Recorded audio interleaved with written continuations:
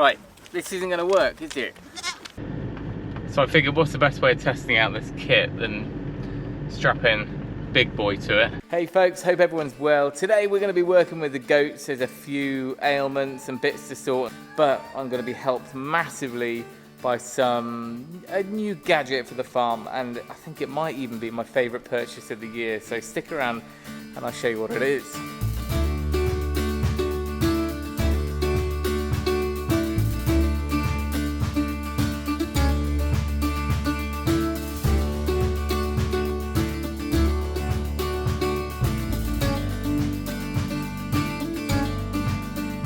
I'm not sure if we filmed it much before. I think we did when we were just about to kid with the goats when we first got them.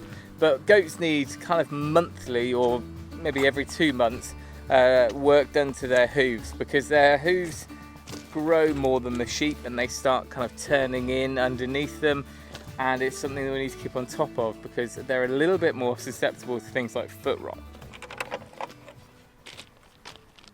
I wasn't sure how successful this contraption was going to be, so I didn't film much of it. I just got on and did it, and it's turned out to be amazing. So I'm going to show you the last probably 10 goats I need to do, and these boys here also need a bit of treatment. So let me show you. Come on, that's not for you. Right, this isn't going to work, is it? Alright, spot the chicks that were hand reared. Alright, boys, you need to go. We've done you. You're done. Watch the camera.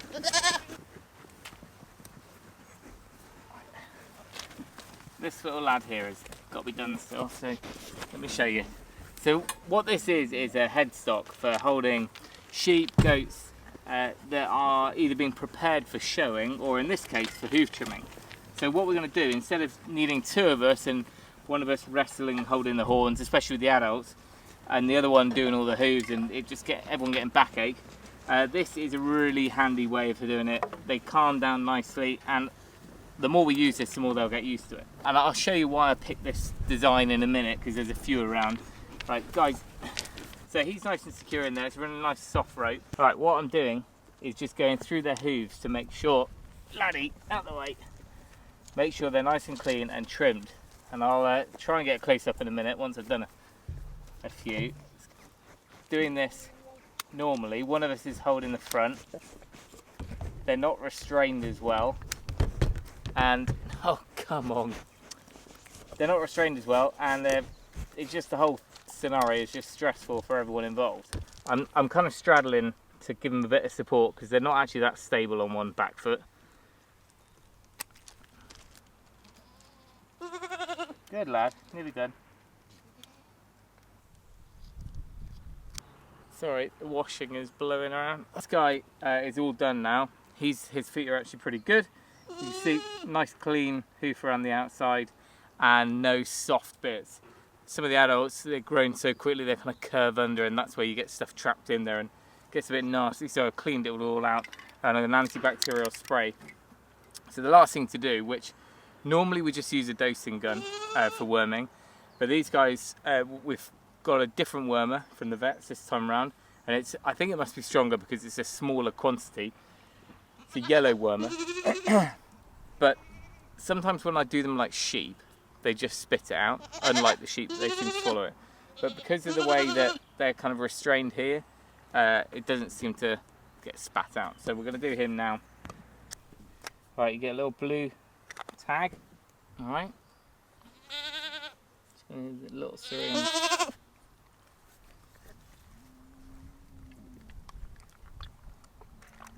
Yeah, bud. So the girls were helping me earlier, and while it's not a milking stand where you put a bowl or a trough, they were kind of just putting a few little pellets on here. So while he's here and quite calm, I'll explain the difference between this one and some of the perhaps cheaper ones. Some of them are just like a wire frame, no sort of ledge, and they stop quite abruptly, which is kind of where their neck is, which didn't seem good. And they just have a chain, which again is not ideal. Whereas, oh, look what I've done. I was just trying to give you a stroke, buddy. So let's let this one go now. Good boy. This one's got like really soft sort of rope, paracord type thing.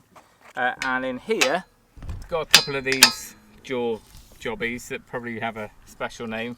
I think you use them in climbing sometimes. But you can see the rope just goes in there and then it's locked in, and then easy enough to just release it and they're gone. So I really like that. You can see this is the curved bit I was on about. So that, there's no sharp edge. Some of them just stop here. Then the idea is that this secures onto a gate, or maybe a hurdle, but our hurdle is quite lightweight. So this would kind of go onto a 7-bar gate or a 5-bar gate. But I put these rails in either side of our new gates this morning, and it just so happens that it's absolutely solid, even on these half-round rails. Either way, seems to be really well galvanised, which makes a difference. Some of them you can just tell by the really shiny finish on the website photos that they weren't as good. This adjusts, so you can adjust top and bottom to clamp onto the rails, and then this centre bit will go up and down as well. Just because of these rails, you kind of need to lever it out a little bit to adjust it more than this little amount. But what we've done is the adults first, and then we're on to the kids now. So I am super chuffed. It's going to be a lot more a stress-free way of doing things.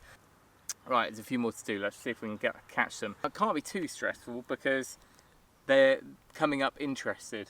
You can imagine if one was on here panicking and screaming, none of them would come near. So I think they're happy about it as well. And I know you probably shouldn't hang your washing out in a goat paddock.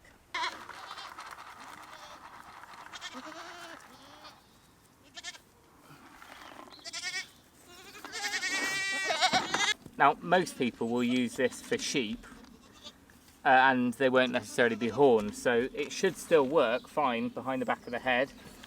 It just so happens that goats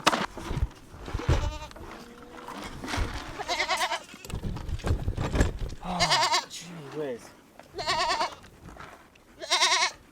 Come on. Honestly, everyone thinks bottle-reared goats so tame. Absolute pain. Get away. Pain in the backside. Some of you might even have seen this reel last night.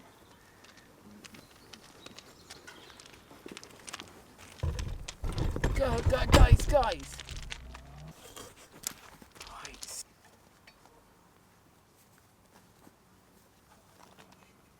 This guy's quite scrawny, I think. Partly worms, partly they're just being fussy eaters. So we've now brought them out onto this paddock. There's plenty of grass on the goat paddock, but I think they just got bored of it. So he certainly is a little bit underweight, which is not ideal. So this is a really good example of neglect by me. Right, bad lens for the job. You can see this, it's way overgrown, it's curved right over. You wouldn't know by watching him walk because he's adapted to it. But all of this is completely unnecessary. It should be this long, not that long. And some are just far more susceptible than others, or their kind of hoof rate of growth. That's actually astonishing, the growth on his. If I show these front, I mean, I feel rubbish by missing this one, but he's obviously adapted to it so well I wouldn't have spotted unless I was really up close. God, we're turning into the flipping Hoof GP here. Aren't we, bud? Right, lift your foot up. Let's have a look. At least we don't need to use angle grinders. That's actually remarkably tidy. And not really any infection or anything there. And a little bit.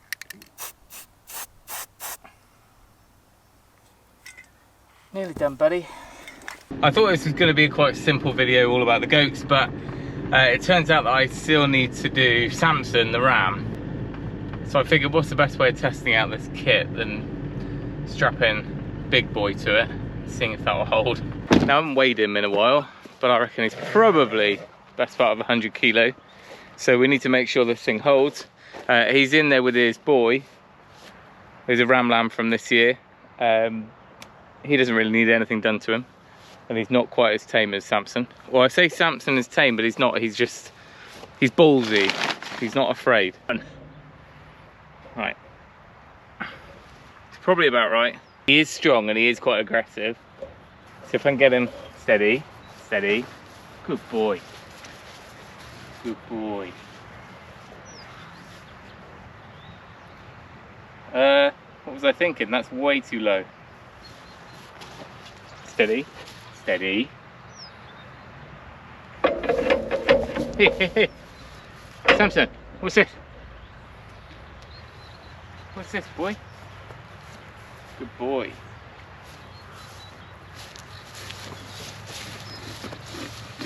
Good lad.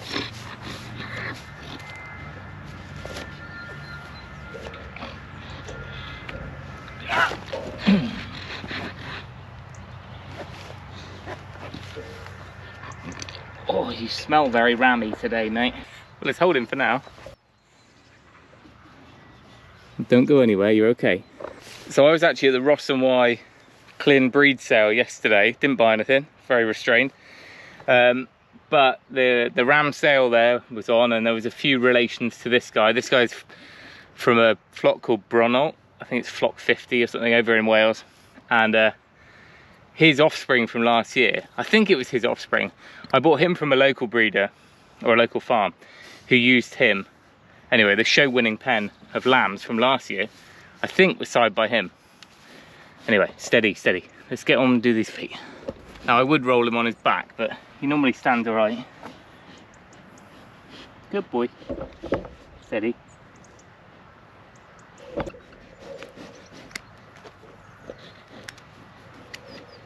Steady. Give him a bit of a once over. Then he's got about 5 weeks, 6 weeks to get ready for the girls.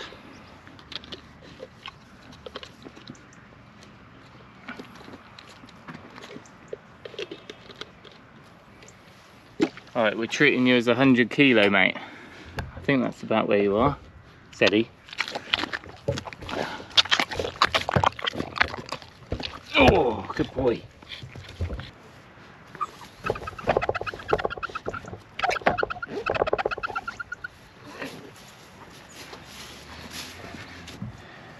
We may as well get this boy trained just in case we do keep him. Although he will be related, so steady, steady, steady. I've gone off topic a bit now because we're on to rams, but maybe I'll tag Will or one of the other breeders into this to see if this guy's worth us keeping on. So he is a twin, but his twin died, and because of that I figured, well, he's not a bad one to keep on because he was a good size. It meant he got all the milk and grew bigger than the other lambs, yet his genetics are that he's a twin. The only reason why the other one died is just from an infection, which is probably just from my animal husbandry than anything, and just catching an infection from bedding or whatever. But he's a great size. He is April born. He's got a nice even pair, and I need to look at the breed standards, but clean white feet all the way down, black hooves, and that's about as much as I know about the breed standards. I saw all these rams going through the sale yesterday. Most of them, I mean, he's the mutt's nuts supposedly, so he kind of sets the standard. So between him and the mum, I'm hoping this guy's going to come through and be something worth registering. Now, I don't know if I'm going to do that, and if I do, you have to actually take him to be inspected. You get ram inspections, but the only issue will be is he will be related to a significant amount of our stock, so he might be one that we don't keep for ourselves, but we sell as a ram for someone else. Anyway, he's got a chance of sticking around a bit longer than the others.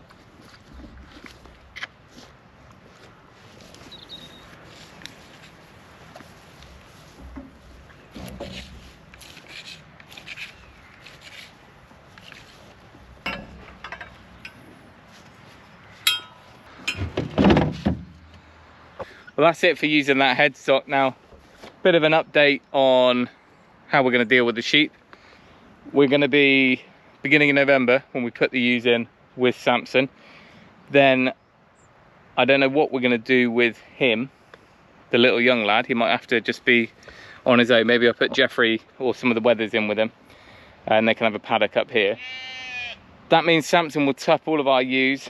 They'll probably be up in this hill field, but this hill field needs more grass before winter. Obviously great weather now and the grass is growing, but this field really suffers because it needs some work, and hopefully I'll be able to get the videos up. But last autumn, we filmed a whole load of footage and content with Ben, a local farmer who's really into regenerative agriculture, and he came and did some soil tests here, just visual tests, and really kind of helped us get to grips with the different fields we've got. Because if you've got one field that's in a certain way, it doesn't mean all your adjacent fields are the same. This field is a bit poorly, so we need to do some work to it over the next few years.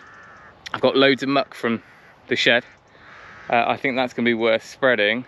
Don't have a muck spreader, whether I'll use a contractor or whether I'll get Joe to drive along and I'll just fork it off the back of the flatbed trailer. But we just need to get a bit of rocket fuel into this grass and get it growing.